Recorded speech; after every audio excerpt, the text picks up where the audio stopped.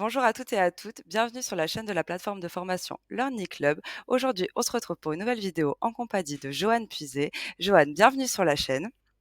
Bonjour, bonjour à tous. Pour ceux qui ne te connaissent pas encore, est-ce que tu pourrais te présenter rapidement? Bien sûr, Juliane, eh bien, moi je suis, un travailleur du web depuis assez longtemps. La première fois, ça devait être en 94. Voilà, j'ai monté une société, connectée au web depuis quelques mois. J'avais commencé de bricoler le HTML et puis depuis, ça n'a pas vraiment arrêté, sauf, voilà, des périodes passées aussi dans la formation, dans le développement en e-learning et aussi dans la production musicale. Mais je suis revenu, à l'édition de sites et puis au développement ainsi que, voilà, à à faire un petit peu l'agence en freelance. Ok, super, génial. Alors aujourd'hui, il me semble que tu nous as prévu une petite démonstration. Est-ce que, avant de commencer cette démonstration, tu pourrais nous en dire un petit peu plus? Et oui, en fait, je vais vous montrer des outils qu'on installe en local, sur un serveur, sur une machine en tout cas, et qui permettent donc d'utiliser l'IA, mais de façon complètement, déconnectée pour la plupart du temps.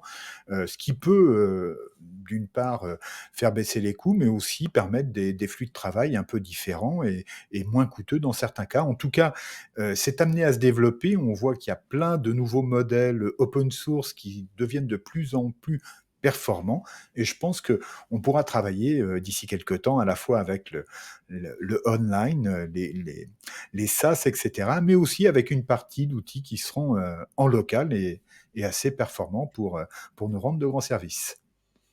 Ok, bah super. Bah écoute, je vous laisse tout de suite avec cette démonstration. Merci Juliane. Bon, eh bien, oui, j'utilise beaucoup un outil qui me permet d'installer, beaucoup, d'outils IA sur un PC et il s'agit de Pinocchio. Alors j'ai une chaîne YouTube où je parle régulièrement de cet outil. Là, je vais le lancer, mais je vais aussi vous le présenter. On le trouve très facilement en ligne, il suffit d'aller sur, pinocchio.computer et une fois qu'on l'installe, en fait, on va, avoir, cette interface qui nous permet de ici dans Discover, de consulter un catalogue d'outils, heu, IA, open source et pour différentes fonctionnalités, hein. On va avoir aussi bien des LLM que des outils graphiques, assez connus comme Automatic 1111, comme Fiui. On va avoir aussi des choses pour faire, du son, de la musique. On va avoir des choses pour faire de l'animation vidéo, pour faire des deepfakes, pour faire du clonage de voix.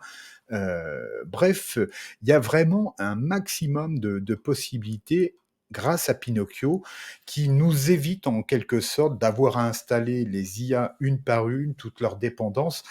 Pour ceux qui l'ont déjà fait, on sait que c'est un peu, long et que si on échoue, bien, voilà, c'est autant de temps de perdu. Bon, moi, je le pratique pas mal et j'avoue que, dans la dernière version qui est la 1.1, c'est vraiment un outil que je recommande parce que ça permet d'abord de tester, mais aussi d'utiliser des choses. Donc là, je vais revenir brièvement sur le navigateur. Voilà, je vais ouvrir ici un onglet et puis voilà, je vais vous faire voir, donc le site Pinocchio Computer. Voilà, on y est et donc vous pouvez l'installer, que ça soit sur, PC, Mac ou Linux. Donc là, on est vraiment dans de l'open source qui s'efforce d'être disponible, partout et puis on retrouve, vous voyez, les mêmes outils ici en liste. Je vous donnerai des petites astuces aussi pour l'utiliser de façon, plus fluide. Mais voilà, ça s'installe en quelques clics. Vous trouvez le lien ici et puis vous avez accès également à un Discord et un GitHub et puis le Twitter. Le développeur est plutôt réactif. Moi, j'ai eu plusieurs, discussions avec lui. Il m'a même dépanné une fois. Donc, voilà, après je dis pas que ça sera toujours comme ça parce qu'avec le succès, on a de moins en moins de temps généralement dans ce type, d'entreprise. Mais voilà, c'est un navigateur d'IA en quelque sorte. Voilà, on peut surfer d'outil IA à un autre outil IA très simplement. Alors, je vais vous en faire voir quelques-uns que j'aime bien et puis j'utilise sur ma chaîne YouTube. J'en ai présenté déjà pas mal. Donc, ceux-là, c'est des choses que je n'ai pas encore présentées. Et donc, je vais, ouvrir à nouveau Pinocchio ici et puis, je vais aller ici où j'ai toutes celles, qui sont actuellement installées sur mon PC. Alors, je dois vous prévenir tout de suite, il y a ça prend énormément de place, hein. Et je conseille le SSD et le SSD qui ferait plutôt 1 téraoctet. Heu, il faut savoir que certaines installations ici, par exemple, je crois que c'est Face Fusion qui lui, à lui seul, prend 300 gigaoctets, par exemple, hein, en fonction des modèles. Et en tout et pour tout, ici, je dois avoir déjà peut-être 800 gigaoctets de modèles. Enfin bref, ça prend vraiment pas mal de place.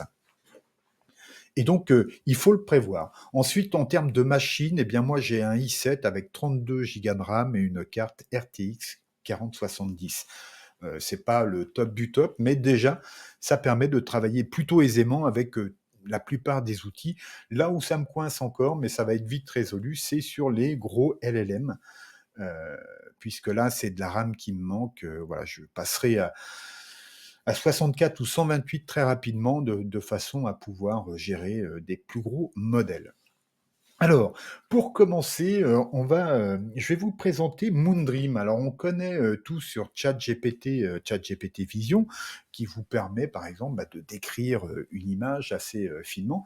Et bien là, je vais vous présenter Moondream, qui est ici, qui est vraiment un tout petit modèle IA, hein, c'est-à-dire qu'il est vraiment très léger, mais malgré tout très performant. Et donc là, ça va être l'occasion de lancer cette IA qui est installée. Il faut savoir que à l'installation, on a juste à cliquer ici sur Install, hein, sur Pinocchio. Ensuite, ça va mettre un certain temps parce qu'il y a beaucoup de dépendances, mais une fois que c'est fait, eh bien, on a un message qui nous invite à lancer l'IA sur un navigateur. Ce que je vais faire ici, donc là, je vais tout simplement faire Start. On va d'abord voir le terminal qui charge à la fois donc toutes les dépendances qui doivent être chargées, ainsi que le modèle. Donc voilà, ça prend toujours quelques secondes, mais ça y est, c'est fait. Et puis, comme vous pouvez le voir, on a ici une adresse locale, hein, c'est la machine sur laquelle on est, euh, qui, va, qui va lancer ici ce lien, l'interface web. Voilà, on y est. Et très facilement, eh bien, désormais, on a une sorte de GPT Vision, mais sur la machine en local. Et je vous dirai après que ça a un double intérêt de l'avoir en local, puisque, outre le fait de réduire les coûts, eh bien, on va pouvoir imaginer des moyens, des process hein, qui seront purement locaux. Alors, ici, par exemple, je vais prendre juste un exemple pour vous faire voir, et je le ferai ensuite avec d'autres images que je vais tout de suite ouvrir ici. Ici, il y a une question qui est posée, mais rien ne m'empêche hein, de poser la mienne. Hein. Voilà, je vais lui demander de décrire l'image, tout simplement, et j'envoie. Donc là, nous savons ce que c'est. Et vous voyez que c'est très rapide. Ça répond par contre en anglais. Là, on n'a pas la main dessus, hein. Donc là, je vais faire voilà, une traduction à la volée. Mais comme vous pouvez le voir, je vous le lis, hein. L'image montre un tramway rouge circulant dans une rue de la ville, passant devant des immeubles de grande hauteur et des feux de circulation. Il y a également plusieurs voitures et un camion dans la rue, ce qui indique un environnement urbain très fréquenté, etc., etc. Donc vous voyez que c'est assez précis. Et il y a plusieurs exemples qui sont donnés ici. Là, c'est une couverture de livre où il est demandé quel est l'auteur du livre. Hein. Donc voilà, on envoie et instantanément, on a la réponse juste. J'espère que jusqu'à présent, cette vidéo vous plaît. Nous avons fait une sélection pour vous des 7 meilleurs business en ligne pour cette année 2024. Et pour vous les procurer, c'est simple. Il suffit simplement de vous inscrire via le lien disponible en description. Et c'est bien évidemment totalement gratuit. Merci à vous. Je vous laisse tout de suite avec la suite de la vidéo. Alors, je vais en prendre une autre. Voilà. Donc, je vais redonner ici une instruction. Donc là, ça permet de faire un test sur autre chose que les exemples donnés. Et donc là, vous pouvez voir que nous avons une description tout à fait juste de ce que représente cette photographie, et etc., etc. Donc ça, C'est Moondream qui est un tout petit modèle, un micro-modèle en quelque sorte, mais doué de la capacité de vision. Alors, je vous disais que ça avait un intérêt de l'avoir en local parce que finalement, on va pouvoir faire des choses assez rigolotes. C'est que, vous voyez ici, eh bien, nous pouvons accéder à l'API. Et il faut savoir aussi que, très simplement, que ça soit en Python ou JavaScript, eh bien, on va pouvoir industrialiser en quelque sorte la génération de contenu par rapport à des images comme celle-ci. Hein, je veux dire, voilà, si vous êtes un peu développeur, vous saurez certainement et aisément vous servir de ça. Il suffit que cette IA tourne sur la machine et on peut mettre en place un proxy également, donc voilà, y accéder depuis les autres machines du réseau local. Donc ça, c'est un petit exemple donc de ce que peut nous rendre des services que peut nous rendre l'IA open source et locale. Et quand on a fini, eh bien, tout simplement, on arrête et puis on peut retourner ici à la liste des, heu, des IA et puis je vais vous faire voir à présent, quelque chose d'un peu plus, rigolo peut-être, en tout cas, qui peut être ludique, mais qui peut servir aussi à créer du contenu. C'est Instant Idée. Alors ça, j'en avais déjà parlé sur ma chaîne YouTube, donc là, vous avez compris le principe. On choisit dans le catalogue installé et puis on lance tout simplement.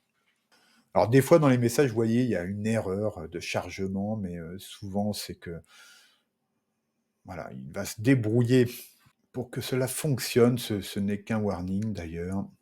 Voilà, un peu de patience parce que c'est du gros modèle. Et ça y est, on a, comme vous pouvez le voir, l'adresse locale qui apparaît. Et on peut aussi ouvrir cette interface directement ici. Hein. C'est une possibilité. On peut le sortir ou rester ici dans Pinocchio pour s'en servir. Alors, Instant Idée, c'est quelque chose d'assez sympa, je trouve, puisque on va pouvoir créer des images uniques. Et si vous faites par exemple des contenus sur les people, etc., vous savez que eh bien, les photographies ont des droits, etc. Et bien là, très simplement, vous voyez, ben, je vais partir ici euh, d'une image qui n'est pas libre de droit, donc je n'ai pas le droit d'utiliser. C'est Peter Falk avec Colombo. Et puis, ben, tout simplement, je vais ici mettre un prompt. Alors, je vais faire un man, un homme, tout simplement. C'est le prompt minimal que l'on doit faire ici. Et puis, je vais choisir ici un style ou pas. Hein, je peux aussi décrire dans le prompt le style d'image que je veux au final. Mais par exemple, je vais choisir ici film noir. Comme ça, on reste un peu dans le thème de Colombo. J'ai ici des options que je peux régler à ma convenance. Donc, c'est vrai que j'ai fait pas mal de tests sur cet outil et en fait, je trouve que j'ai de meilleurs résultats souvent quand je me mets ici à 4. Bon, euh, je vous invite à tester tout ça, bien sûr, et à tester un peu les différents réglages. Donc là, j'ai mis mon image. Éventuellement, je pourrais en mettre une seconde, ce que je ferai après, pour induire une pause hein, ou un format de photographie. En tout cas, là, je vais lancer ici le rendu. Oui, je vais nous faire voir une image de résultat. Voilà, ça ira beaucoup plus vite. Donc ça, c'est le résultat obtenu avec le même prompt et vraiment les mêmes choses. Donc là, cette fois-ci, j'ai Peter Falk et c'est libre de droit. Donc voilà, si je fais un article People sur Colombo, eh bien, je pourrais utiliser cette photographie cette illustration sans problème. Alors là, je vais tout simplement euh, faire un refresh ici pour arrêter ce calcul. On va essayer de voir. Bon, donc là, je recommence pour voir si on peut obtenir le rendu un peu plus vite. Hein, je vous ai déjà fait voir donc un exemple de résultat, mais ça serait sympa si ça pouvait fonctionner un peu mieux. Donc voilà, je reprends deux images ici. Je vais mettre Woman in Forest. Et donc, la seconde image que je viens de mettre ici est censée influencer le résultat qu'il y aura là. Donc, on devrait avoir Mona Lisa ici dans une forêt. Et donc, je vais juste choisir No Style ici. et je fais envoyer. Donc, si toutefois ça n'allait pas plus vite que précédemment, eh bien, je peux vous assurer que ça fonctionne bien. Certes, c'est pas hyper rapide, il faut compter entre 1 et 2 minutes habituellement pour obtenir le résultat. Mais vous voyez, j'avais obtenu donc ce résultat ici avec Peter Falk. Et puis, je vous avais fait voir précédemment un autre résultat. Et là, je peux vous en faire voir un avec moi. Voilà. Donc là, le prompt était un petit peu plus conséquent. Hein, j'avais donné à la fois une époque, un style, et un lieu, et voici ce que ça donne. Donc avec les personnalités, eh bien vous pouvez vous amuser facilement avec ça. Le prochain, c'est quelque chose de très pratique. Je pense qu'on est nombreux à avoir besoin de détourer des images, notamment des personnes du fond. Eh bien, on a ici un modèle, c'est Bria RMBG, hein, pour Remove Background. Bria, c'est une société qui édite des solutions IA privées, hein, mais là, ils ont mis en open source un de leurs modèles qui permet de faire du détourage. Donc, je le lance, voilà, et nous allons nous exercer avec quelques photographies. Donc là, ça devrait être assez rapide à se charger. Voilà, c'est fait. Et puis, petite chose que je ne vous ai pas dit, c'est qu'effectivement, je l'évoquais tout à l'heure, mais non seulement on peut utiliser ces IA via une API, généralement elles en sont toutes munies, mais vous pouvez voir ici qu'il y a aussi un proxy qui permet donc de partager cet outil sur l'ensemble de votre réseau local. Et donc, il suffit de cliquer ici et vous obtenez l'adresse IP ainsi que le port qui vous permet donc d'utiliser l'outil sur n'importe quelle bécane de votre réseau local. Donc là, eh bien, on va se faire un petit détourage. Eh bien, prenons par exemple ma tête. Hein. Ah, j'ai j'ai, euh, j'ai été trop vite peut-être, voilà. Et tout simplement, je fais submit. Hein, et vous voyez, le résultat est quasi instantané. Donc vous savez, il y a des solutions Remove Background qui est payante si on veut de la grosse définition. Eh bien là, vous faites ça chez vous. Ça ne vous coûtera pas un rond. Et cela fonctionne très bien. On va tester avec cet autre outil. Donc là, on retrouve Peter Falk. Allez, submit. Et voilà, vous voyez que le détourage est nickel et instantané. Et bien sûr, cette image, eh bien, on va pouvoir la récupérer au format PNG, donc avec un fond qui est bien transparent. On peut s'y essayer aussi d'ailleurs avec euh, eh bien, Mona Lisa que nous avons vu tout à l'heure. Je pense que ça doit fonctionner aussi. Oui, ça fonctionne, sauf que là, on a un petit élément du décor qui demeure. Et si je prends par exemple cette illustration-là, eh bien ça marche plutôt bien. On a juste ce petit côté là hein, à effacer, mais voilà, ça se fait en 2 coups de cuillère à peau, si je puis dire. Et donc ça, c'est euh, Bria RMGB. Voilà. Donc, à présent, je vais vous présenter un autre outil qui n'est pas basé sur Pinocchio. Alors, juste pour conclure, Juste pour conclure sur Pinocchio, je vais revenir à son interface. Voilà, je vais l'arrêter. Et on va retourner ici sur Discover pour vous dire qu'il y a des choses qui sont vraiment très très bonnes. Je vous invite à tester. C'est Bark Voice Cloning. Hein. Vous donnez quelques secondes d'une voix et il vous la reproduit. Le seul petit problème, c'est que pour l'instant, ces solutions ne traitent surtout que l'anglais. Donc, je sais que par exemple, il y en a un autre très bon ici. C'est Open Voice. Je ne sais pas où il est. Ah, le voici. Donc, qui est excellent aussi, mais qui devrait être disponible en français prochainement. Donc, il faut surveiller le GitHub de la solution et ça permet de faire des choses vraiment fantastiques. Et puis, bien sûr, quelque chose que j'adore beaucoup, c'est Face Fusion. Euh, dans cette version-là, qui permet de faire des vidéos, des deepfakes vraiment troublantes et très rigolotes. Et je vous laisse découvrir plein d'autres choses assez formidable sur Pinocchio. Mais à présent, donc nous allons quitter ici Pinocchio.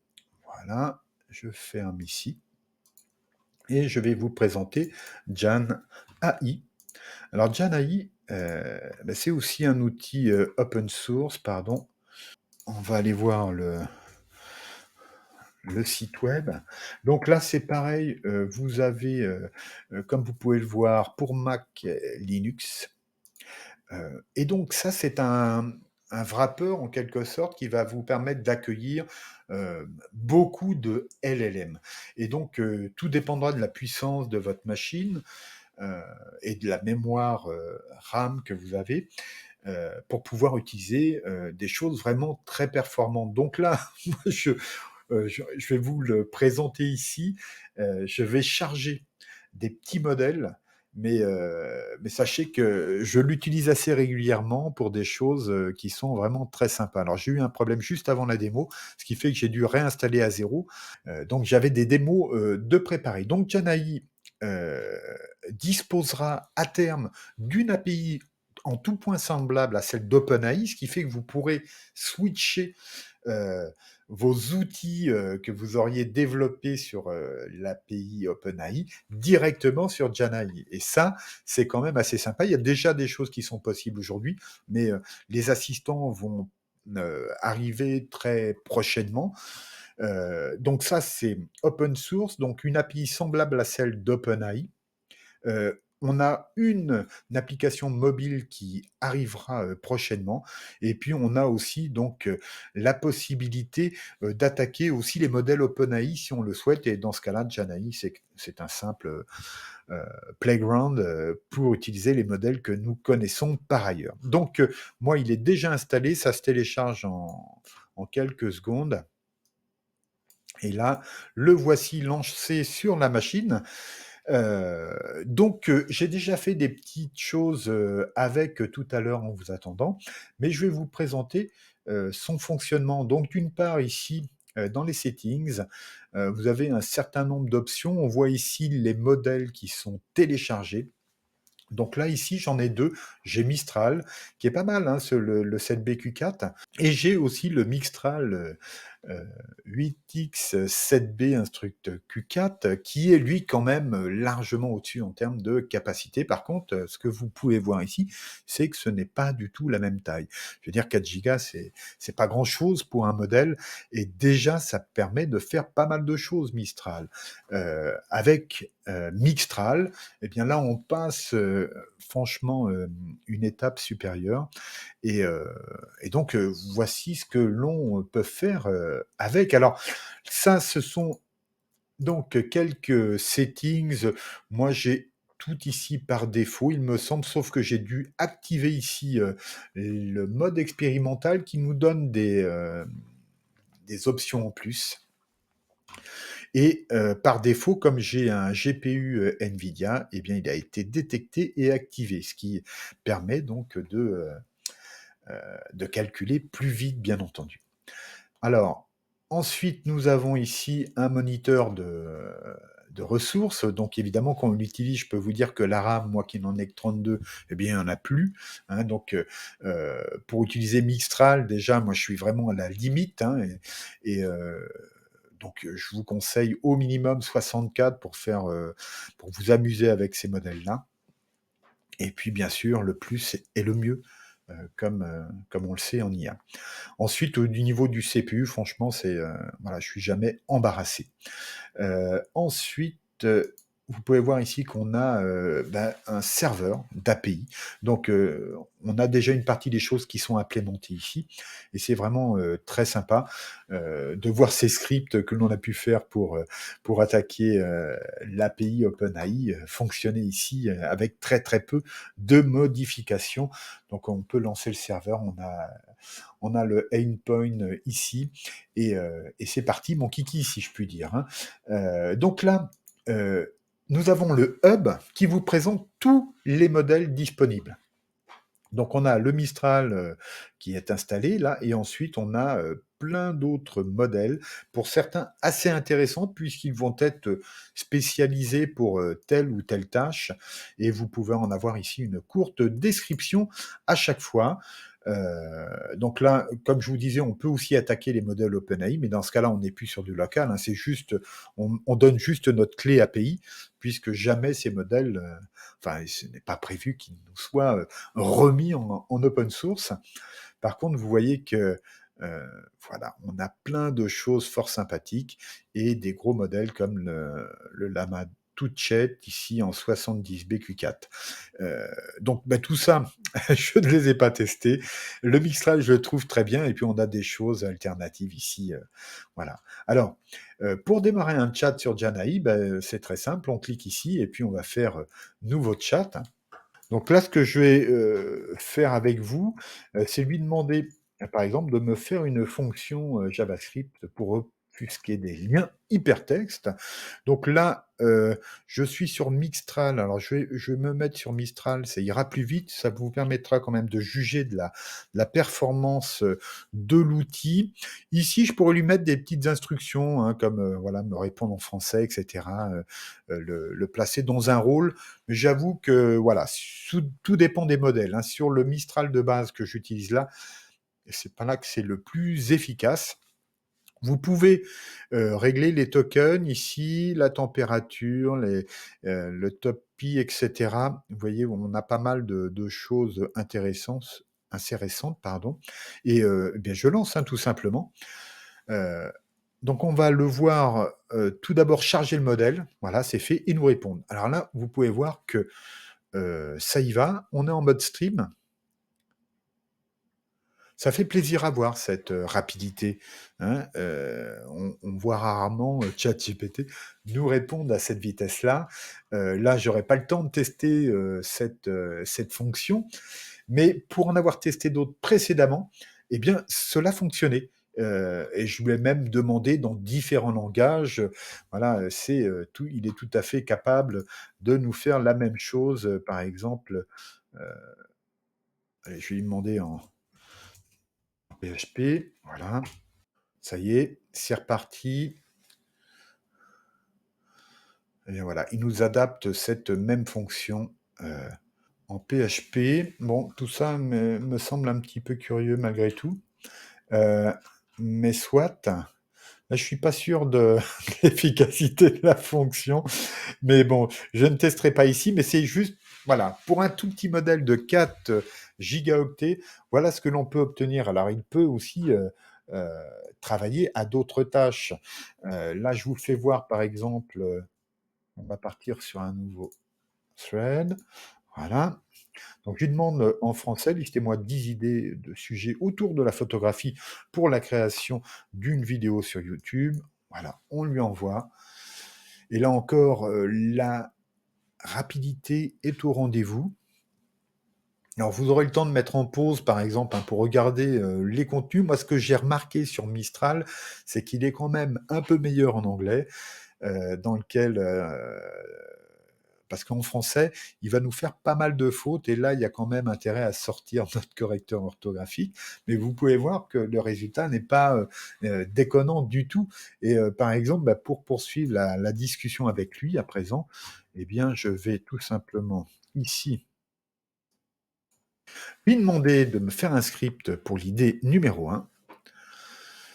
Et donc, eh ben, il ne se fait pas prier. Donc là, c'est pareil, mettez en pause si vous voulez lire le résultat. Voilà. Bon, là encore, voilà, c'est pas quelque chose dont je vais me servir, hein, mais c'est pour vous faire voir que très rapidement, et en fonction de la machine dont vous disposez en local, on va pouvoir faire des choses et produire du contenu rédactionnel à la maison. Et parce que voilà, il y a des modèles qui arrivent, qui sont vraiment exceptionnels, et c'est d'ailleurs en voulant en tester un qui est sorti ces jours derniers que j'ai donc cassé mon installation de Janai. Alors là, je vais vous faire voir le résultat pour le même prompt ici, fait avec Mixtral, mais voilà, juste un peu plus tôt. Mais c'était vraiment très lent. Donc voilà, je me suis dit, je vais pas faire ça en direct, on va s'ennuyer.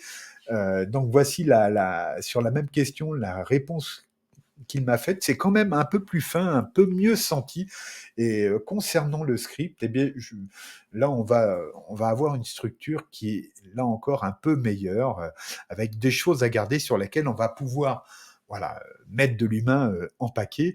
Et pour ce qui est de la rédaction pure, ben, j'ai perdu les exemples, mais j'ai fait de bonnes choses avec lui et des choses assez longues.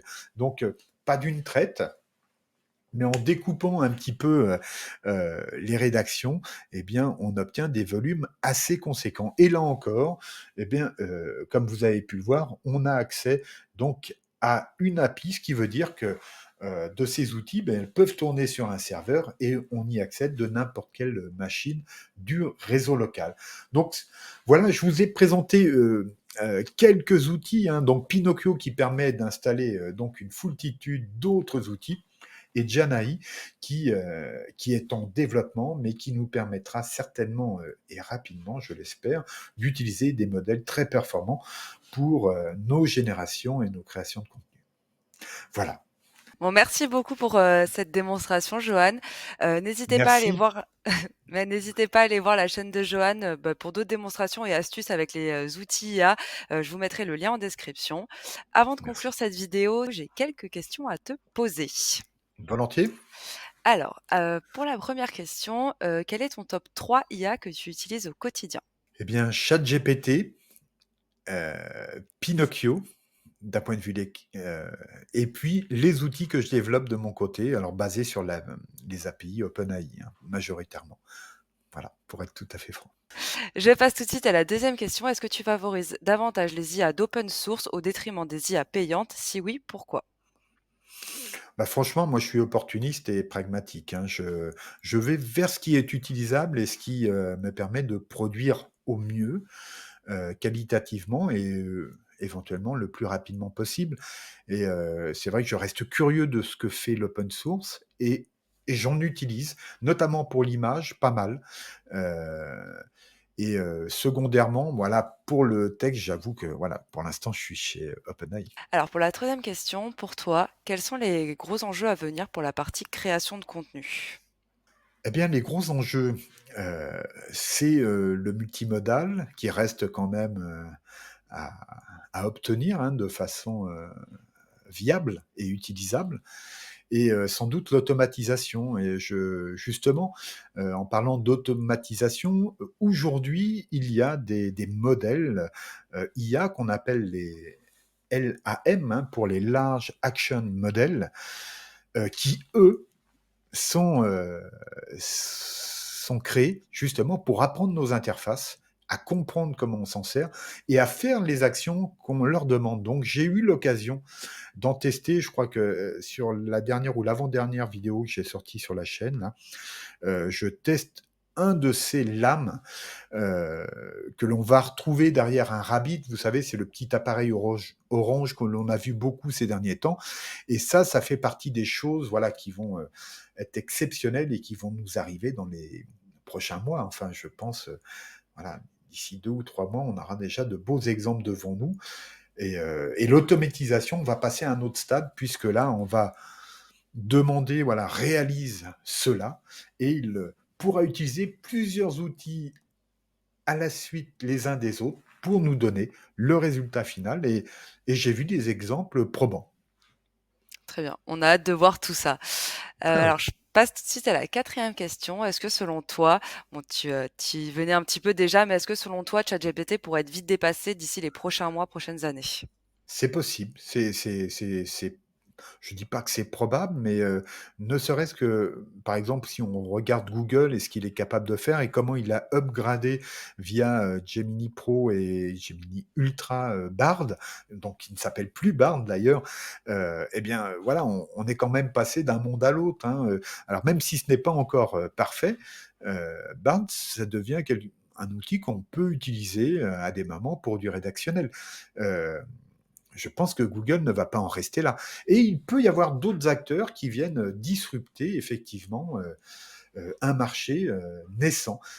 Bon, certes, OpenAI génère à mon avis quand même pas mal de cash. Ils ont des gros plans d'investissement euh, et déjà des outils qui fonctionnent. Ils sont actuellement les meilleurs.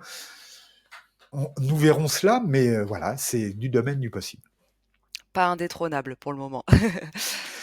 Ben non, par défaut, vous savez, enfin, tu sais, les premiers moteurs, que j'ai connus sur internet ont été détrônés, tous d'un coup par, Google un beau jour, hein. Ça s'est passé en très peu de temps, voilà, utilisateurs d'internet, on se rendait bien compte qu'on avait de meilleurs résultats, dans Google que dans Alta Vista et on est passé de l'un à l'autre, en quelques semaines, hein, enfin, je voilà. OK, très bien. Alors je passe tout de suite à l'avant-dernière question. Sur ta chaîne, tu fais pas mal de tests, au niveau des vidéos. Est-ce que tu aurais des IA à nous conseiller pour pouvoir, imiter, des célébrités par exemple ou traduire des vidéos françaises en anglais en seulement quelques clics? Alors, pour de la traduction, c'est vrai que Eleven Labs ou Agent, c'est assez formidable. C'est l'objet, je crois, de ma dernière vidéo, celle qui est parue, dimanche. En plus, ça se fait vraiment en quelques clics, ça ne coûte pas bien cher, heu donc franchement, c'est un très bon outil. Après, lorsqu'on est un peu plus bricoleur, eh bien, sur Pinocchio, on a tout ce qu'il faut pour faire des choses, très, très sympas, cloner des célébrités, à partir de vidéos, faire des mix, cloner des voix, vraiment, il y a plein d'outils, très, très sympas et puis, il faut être attentif effectivement à ce qui sort. C'est vrai que j'en teste beaucoup pour ma part et je ne retiens vraiment que le meilleur. Donc, pour l'instant, voilà, je citerai Eleven Labs, Eigen et puis Pinocchio, pour s'amuser à faire du contenu, image, très sympa. Oui, c'est vrai que tu as sorti, sur ta chaîne, ce week-end, il me semble, une Oui. vidéo où tu te clones toi-même, grâce à Ouais, Eleven Labs et Agen. C'est vrai que cette ouais. vidéo, elle est super intéressante à regarder, donc pour ceux qui l'ont pas vue, on vous la mettra en description, n'hésitez pas à aller la voir.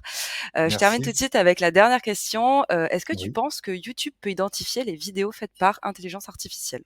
Eh bien, s'il y avait un intérêt, il le pourrait certainement. Alors, il le détecte. Il pourrait en détecter, je pense que c'est capable, mais ça va lui coûter cher en calcul. Donc, par contre, s'il vous tombe dessus à faire des choses, limites, ou dans le non-respect des règles, il n'hésitera pas à supprimer le contenu ou à bannir quelqu'un. Oui, c'est sûr à l'heure actuelle, ça c'est pas encore hyper réglementé. On voit plein de choses, Ouais. plein de choses apparaître, comme, des clonages, avec les présidents et cetera, donc ça peut venir, assez limité, au fil du temps. Mais c'est vrai que j'y ai pensé parce que moi-même, j'ai fait une intro, avec l'image de notre président, et heu et peu de temps après, j'ai vu, certains projets de loi ou certaines, voilà, critiques à l'égard de Oui, ce type de phénomène et je me suis dit: «C'est vrai que moi je l'utilise, voilà, sympathiquement pour faire une impro, mais on sait très bien que, voilà, d'un marteau, on peut accrocher un beau tableau ou casser la tête de son voisin», donc voilà, je c'est ça, tout le monde n'a pas les mêmes intentions, non. Bon, très bien. C'était ma dernière question. En tout cas, merci beaucoup Joanne d'avoir accepté Bah, notre invitation sur l'Orni Club. merci beaucoup à vous tous, à l'Orny Club, à Romain et à toi pour, super accueil et puis cette, opportunité de partager l'IA avec, d'autres, avec plein de gens. Avec avec plaisir. On espère que cette vidéo vous a plu et je vous dis à la semaine prochaine pour une toute nouvelle vidéo.